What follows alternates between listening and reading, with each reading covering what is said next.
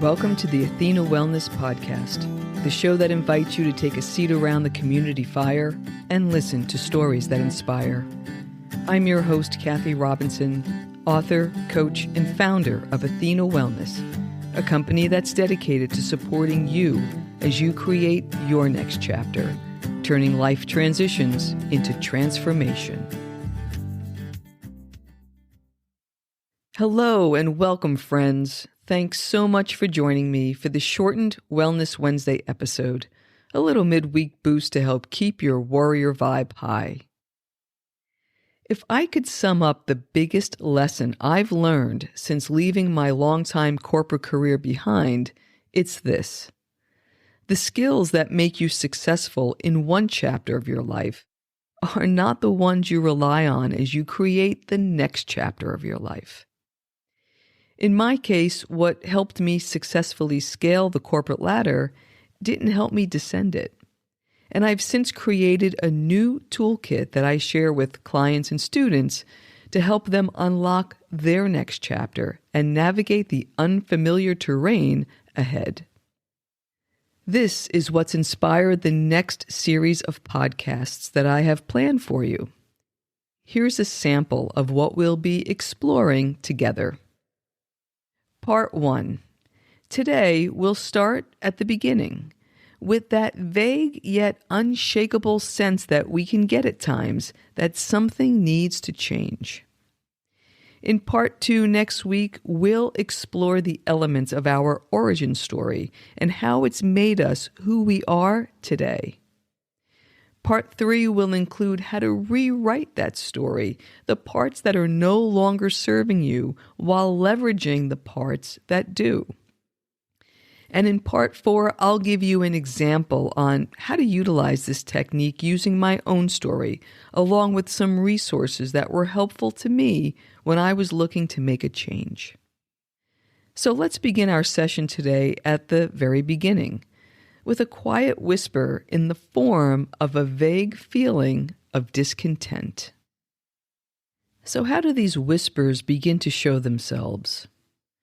Perhaps you notice it after a minor mishap at work, such as a meeting that didn't go quite as planned.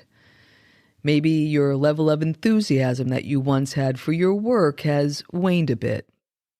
Or maybe you're experiencing bouts of the Sunday scaries and find yourself dreading what Monday morning may bring. It can be confusing.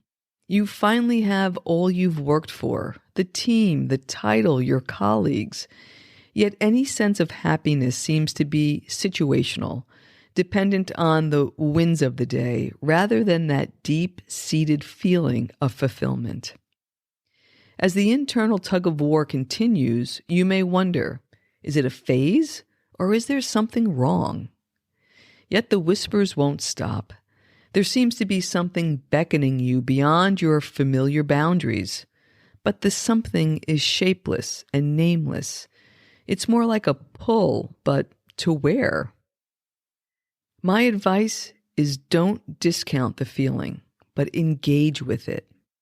These little nudges are pointing toward the next chapter, one that's more fulfilling than your prior one. First, let me put your mind at ease. The reason why this feeling is nameless is because the common model we have for the second half of life is outdated. Our parents dutifully followed that model.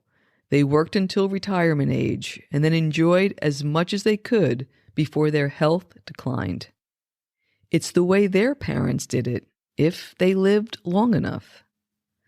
But today, people are routinely living longer, and not many people want to retire to a life of leisure. And as more people stay engaged as they get older, we see that they're blasting through the myth that life plateaus and then declines. We're learning that people can contribute no matter their age. So cast aside the old model and welcome a new one, where your current life chapter is merely a springboard for the next one of unlimited possibility. Before we can begin in a new direction, we need to know where we are today. So we'll be looking at three things: discontent, the opposite of that feeling, and how to begin to gather information on both that will help us move forward. Let's start with discontent and three ways it can show up in your life. 1. Life as a treadmill. This occurs when you find yourself going through the motions. You're getting things done and no one else seems to think that anything is wrong. Even so, there's an emptiness and a yearning underneath it all. It's how I felt before I realized it was time to leave my Wall Street career behind many years ago. Number 2 is impatience becomes paramount. Think of it as a buildup of pressure comprised of unexpressed emotions.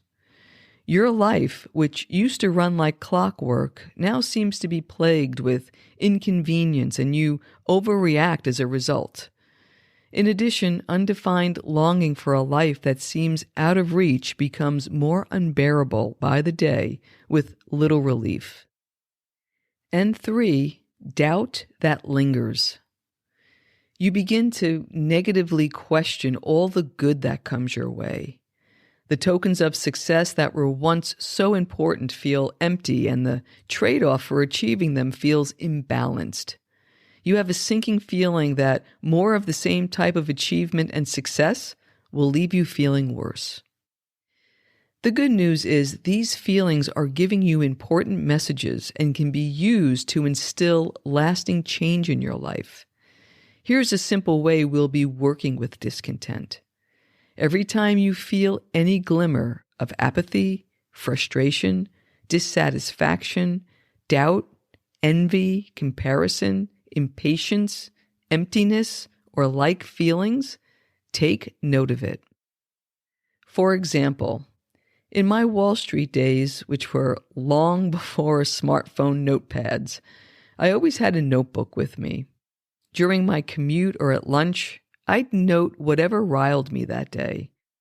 Sometimes it was something a colleague did, or a conversation with my boss, waiting in line for coffee, in traffic going home. Whatever was causing the discomfort would be captured. And I suggest you keep a running list as well. You don't need to do this for a long period of time, just enough time to spot some patterns and go deeper into the cause. At the same time, and in order to not only focus on the negative, find where there are glimmers of contentment. And if you're in a place where you're unable to find any at the beginning, note things that would make you feel content. Here are 3 examples. 1. Glimmers of peace. During the stressful days that you're experiencing, what would bring you a moment of relief? At the end of my Wall Street career, I remember moments of enjoying music during my commutes, noting the passing seasons as I drove, and watching the sunset through my office window in the evenings. 2. Moments of awareness. Throughout your days, how many tasks can you do with a sense of presence? And how many acts of kindness can you note taking place all around you? How many can you initiate? Even if you're low on energy, an exchange of smiles between strangers can do wonders to lift the spirits of both. And 3, sparks of inspiration. What are the things or experiences that bring a little light into your days? For years, I worked in Midtown Manhattan, close to a block called Music Row, filled with music stores. I spent many a lunchtime playing guitar in those shops, and I'd also take lunchtime trips to zine stores. Shout out if you remember zines. Tower Records, bookstores, Central Park, or vegan restaurants. And yes, please keep a list of whatever glimmers are illuminating your days, or things you'd like to experience, no matter how small. Why bother to note moments of discontent and contentment? You'll utilize this list to further explore and unlock your next chapter.